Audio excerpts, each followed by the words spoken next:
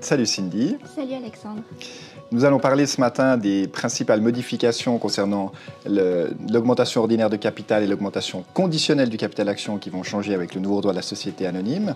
Ça fait maintenant plusieurs années que tu travailles dans notre groupe M&A. Est-ce que tu pourrais commencer par nous présenter les principales modifications de l'augmentation ordinaire du capital action? Merci Alexandre. À titre de rappel, selon le droit actuel, l'augmentation du capital action est décidée par l'Assemblée générale et cette décision devra être exécutée par le conseil d'administration dans un délai de 3 mois.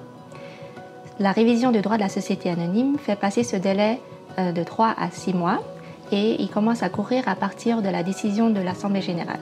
Ainsi, la réquisition d'inscription au registre du commerce doit être déposée dans les 6 mois qui suivent la décision de l'Assemblée générale et ce délai ne peut pas être prolongé. Le corollaire de cette modification est que la durée de validité des bulletins de souscription est alignée à ce nouveau délai. Merci Cindy de ces premières précisions concernant l'augmentation ordinaire du capital action. Si l'on se tourne maintenant vers l'augmentation conditionnelle du capital, qui permet, on le rappelle, aux créanciers de convertir leurs créances en titre de la société ou à des employés, dans le cadre par exemple d'un plan d'intéressement, d'acquérir des actions de la société. Est-ce qu'il y a là des modifications maintenant apportées par le nouveau droit au capital conditionnel? Oui, par exemple, dans la pratique, il est courant d'attribuer des options aux membres du conseil d'administration dans le cadre de leur rémunération, ainsi qu'aux actionnaires afin de leur permettre d'acquérir des actions de la société à un prix avantageux, ou même à l'EPFL dans le cadre des droits d'option.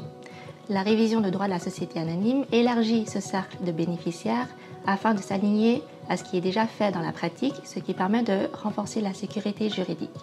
Ainsi, les actionnaires, les membres du conseil d'administration de la société ou d'une société du groupe, les créanciers au bénéfice de droits de conversion ou de droits d'option, les travailleurs ou même des tiers pourront bénéficier de cette clause de capital conditionnel. Merci beaucoup Cindy de ces précisions concernant tant l'augmentation ordinaire et l'augmentation conditionnelle. Merci Alexandre.